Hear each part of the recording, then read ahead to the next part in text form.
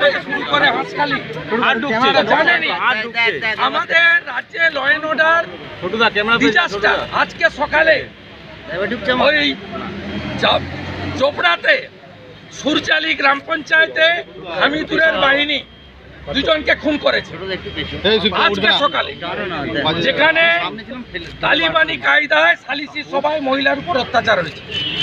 আমরা main principal opposition, BJP ছাড়া ভিতরে কোনো অপোজিশন নেই।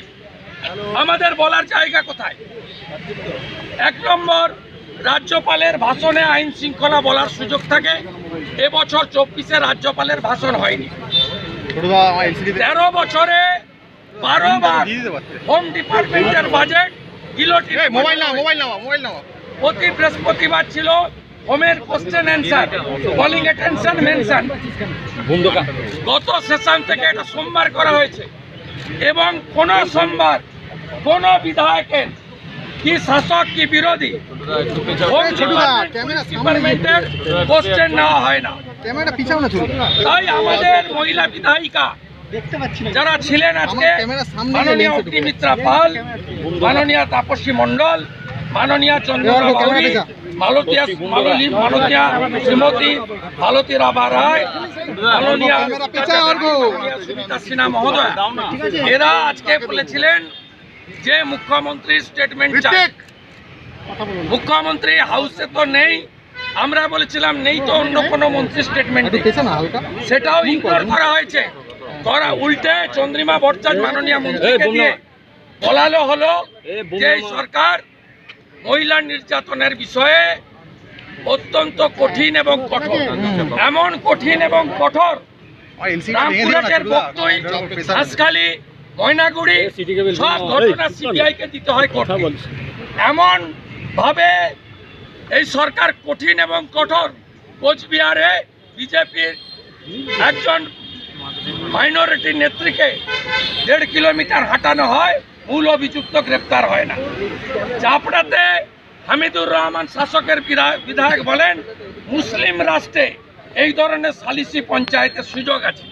আড়িয়াদহে তৃণমূলের সম্পদ জয়ন্ত সিং একজন মহিলাকে এইভাবে আক্রমণ করেন।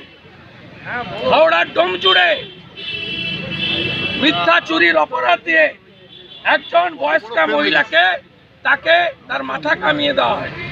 এই পশ্চিমবাংলার অবস্থা ভিতরে বলার সুযোগ নেই। তাই আমাদের মহিলা বিধায়িকারা বিশেষ করে রাস্তায় বসে আপনাদের মাধ্যমে বাংলার জনগণকে জানাতে চাই যে এখনো যে অংশ তৃণমূলকে ভোট দেন তাদের কাছে জানাতে চাই যে আপনাদের কাছে লক্ষ্মীর ভাণ্ডারের 1000 টাকার মর্যাদা বেশি না মা বোনেদের নারীত্ব, সম্ভ্রম, ইজ্জত, সম্মান, অধিকার আমি দেখতে পাচ্ছি না, সেই মায়েদের সম্মান বেশি। যেখানে দুর্গা মাকে আমরা পূজা করি বাংলাতে, আমরা ভারত পিতা বলি না, ভারত মাতা বলি।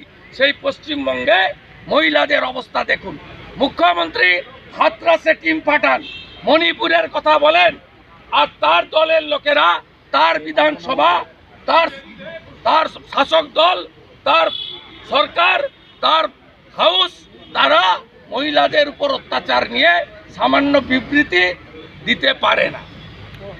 উল্টে বিধানসভার লবিতে আমি যখন বেরোচ্ছিলাম, পূর্বস্থলীর এমএলএ তপন চ্যাটার্জি আমাকে ফিজিক্যালি অ্যাসল্ট করতে চায়। আপনারা জানেন বিজেপি এমএলএরা সেন্ট্রাল ফোর্স পায়, সেন্ট্রাল ফোর্সকে বাইরে রাখার অর্ডার আছে। আমি স্পিকার বিমান ব্যানার্জিকে বলছি, লিখে পাঠাচ্ছি এক্ষুনি, যে এই গেটের ভিতরে শুধু আমি নয়, আমার কোনো বিজেপি এমএলএ যদি তার নিরাপত্তা, তার শারীরিকভাবে কোনো ক্ষতি হয়, তার ঘাড়ে, বিমান ব্যানার্জির ঘাড়ে দায়িত্ব যাবে। তপন চ্যাটার্জির সাহস হয় কি করে? বিশাল লামা, লীলাদ্রি দানা, একাধিক বিধায়ক সাক্ষী, সাংবাদিকরা সাক্ষী।